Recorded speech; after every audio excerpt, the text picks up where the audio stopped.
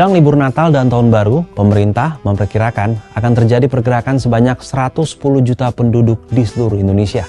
Untuk itu sejumlah persiapan mesti dilakukan, termasuk mewaspadai potensi cuaca ekstrim menjelang akhir tahun ini. Lantas, apa saja yang harus dipersiapkan sebelum menjalani mudik Natal dan Tahun Baru kali ini?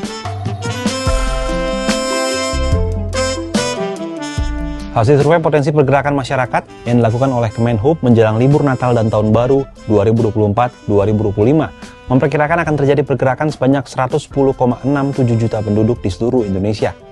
Jumlah ini setara dengan 43,41% dari populasi nasional. Angka mobilitas ini sedikit lebih besar dari pergerakan masyarakat pada periode yang sama tahun lalu dengan angka estimasi sebesar 39,83%. Potensi pergerakan ini diprediksi mencapai puncak pada 24 hingga 28 Desember dan 31 Desember 2024. Pada periode puncak arus pergi diprediksi terdapat pergerakan 75,84 juta orang.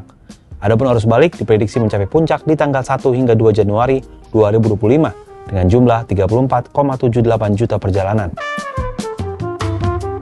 Untuk memastikan persiapan jelang Natal dan Tahun Baru berjalan lancar, Presiden Prabowo Subianto menggelar rapat terbatas untuk membahas hal ini pada Senin 16 Desember 2024 di Jakarta. Agar seluruh lapisan masyarakat dapat menjalankan hari-hari tersebut dengan penuh kebaikan, penuh sukacita, dan yang penting dengan penuh perasaan dan nyaman. Tak hanya persoalan arus lalu lintas, mudik Natal dan Tahun Baru kali ini juga dibayangi cuaca ekstrim dan potensi bencana. Kondisi itu berpotensi mengganggu kelancaran arus mudik pada semua jalur dan moda transportasi. Lantas bagaimana solusi dari pemerintah untuk mengantisipasi hal ini? Kapolri Jenderal Listio Sigit Prabowo dalam keterangannya usai rapat koordinasi persiapan Natal dan Tahun Baru 2025 Senin 16 Desember mengungkapkan untuk memastikan perjalanan berjalan lancar, Kepolisian, TNI, dan sejumlah kementerian lembaga membentuk 2.794 posko bersama. Keberadaan sejumlah posko itu krusial untuk mengamankan 61.452 lokasi yang terdiri dari gereja, pusat perbelanjaan, terminal, stasiun, pelabuhan, bandara, serta objek wisata.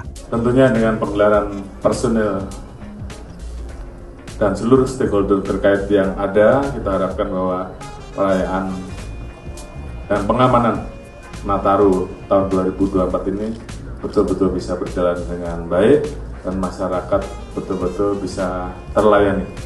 Sementara itu dalam kesempatan yang sama, Kepala BMKG Dwi Korita Karnawati mengingatkan adanya potensi cuaca ekstrim jelang akhir tahun. Untuk itu, pihaknya menggelar operasi modifikasi cuaca jelang Natal dan Tahun Baru. Modifikasi cuaca dilakukan di titik-titik rawan bencana.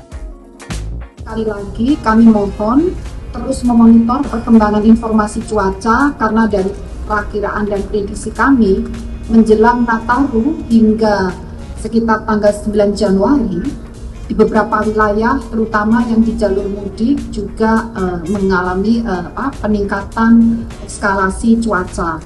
Namun terus saja memonitor perkembangan informasi terutama dari aplikasi Info BMKG yang juga terintegrasi dengan aplikasi yang ada di jalur mudik agar dapat merencanakan perjalanan dengan insya Allah aman dan nyaman.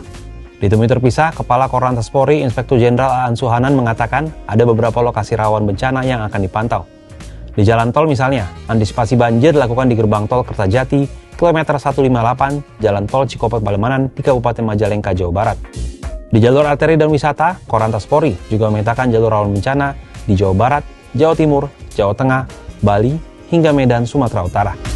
Dengan mengetahui kapan puncak arus mudik Natal dan Tahun Baru berlangsung, serta memahami prediksi cuaca dan titik-titik rawan bencana, diharapkan masyarakat dapat lebih siap untuk melakukan perjalanan di akhir tahun ini. Kalau sahabat Kompas gimana? Mau liburan kemana di Natal dan Tahun Baru ini?